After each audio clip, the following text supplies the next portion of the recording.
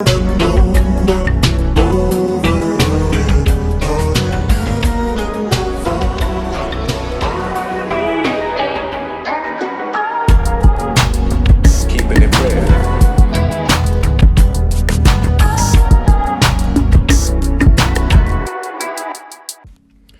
it do? This is your brother Bishop of Bishop's Own TV, and today, man, I'm just gonna do a quick video addressing the 18-year-old Buffalo mass shooter.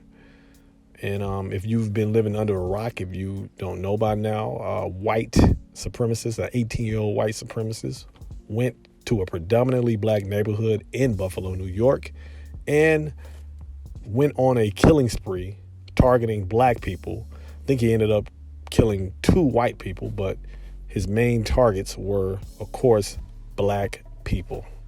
And I just want to break this down real quick, man. Well, before I even do that, first and foremost, rest in peace to all the victims, all our brothers and sisters that lost their lives at the hand of a monster, a devil in the flesh. I send my prayers and condolences to the families that lost their loved ones. And I'm just praying to the ancestors and supporting our brothers and sisters in Buffalo, you know. I think I can speak for all black people in this country when I say we are here for y'all. Because not only does this impact Buffalo, New York, but it impacts all of us. When I say all of us, I'm talking specifically to the black family here in America. And that's anybody that is considered black in this country. It impacts all of us. And we are here for y'all. And what I really want to talk about is the impact that this has on the state of black America. Because I'm well aware that a large percentage of our people know what time it is in this country. But I still feel as though we don't quite grasp how dangerous and how serious it is to be black in this country. And I think a major reason for that is because you don't want to face the music. You don't want to face reality because this is all you know. This is the only country you know. And this somewhat touches on the last, one of the videos I made not too long ago, where I said, if Africa isn't your plan A, it should be your plan B or C. Now, I'm not trying to push an agenda, but I'm trying to get people to face the reality of the situation. Being black in America is pretty much walking on pins and needles. And for the most part, you have to have some type of situational awareness anytime you step out. Anytime you step out. And that's not only from, white people such as this mass shooter, but this is just living in America. Again, I'm not saying it's all doom and gloom, but you never know when you wake up sometimes if someone is ready to go in a grocery store in broad daylight and murder you for the color of your skin. You never know if you just go on a road trip, or hell, even go down the street, if some racist white cop won't pull you over because of the color of your skin. That's not me saying that you can't get ahead in life. That's not me saying, hey, blame other people, point the finger at other people. No, a lot of times the cesspool that you're in starts within your mind. Your mind is a cesspool. However, this white mass shooter didn't target poor black people. He didn't target hood rats. He didn't target rookies and ray-rays. He just targeted any black person.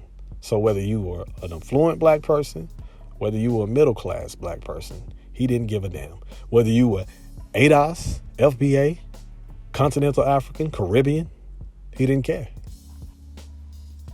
You were black, that's good enough for him. And there's so much infighting within our community. And this event is not going to change that. But for those who have a light bulb pop up in their head, especially after this, I want y'all to take note of this situation and start thinking about other options, other alternatives outside of America. Hell, if you don't want to go to Africa, fine. But just think about other options. Is America the end all be all? Is this what you have? And I'm not saying other countries are a paradise. I'm not saying that. But it's 2022. And I know a lot of y'all voted for Joe Biden. And I know a lot of y'all thought that in Joe Biden's America, things were going to be a little bit better. I know you did. Deep down inside, I know y'all won't admit it, but y'all did. That's why y'all were urging us to vote for Joe Biden. But the reality of the situation is, no matter who's in office, no matter how many times you vote with your feet, no matter how many times, no matter how many of us get into these positions, these political positions, at the end of the day, you still live behind enemy lines. And that's not me saying that every white person in this country is blah, blah, blah, blah, blah.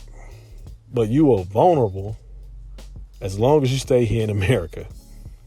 And America doesn't have the structure for black people, by and large, to unify in a way that impacts us on a more progressive, positive level, where we don't have to be the most vulnerable communities in this country. No matter if it's mass murders, gentrification, hit the hardest by COVID,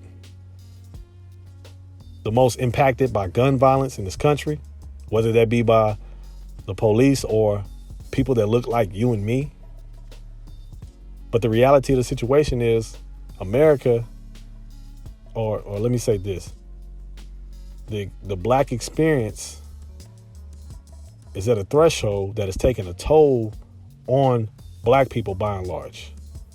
Some way, some shape, some form. I'm just saying. Again, I want to send my love and blessings to the families that lost their lives. Let's mourn those who lost their lives. Let's keep them in our prayers, whoever you pray to. And let's try to be a little bit more positive to one another.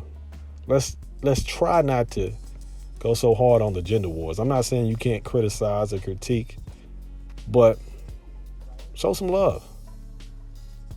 Show some positivity. Like and subscribe. And until next time, holla at your brother.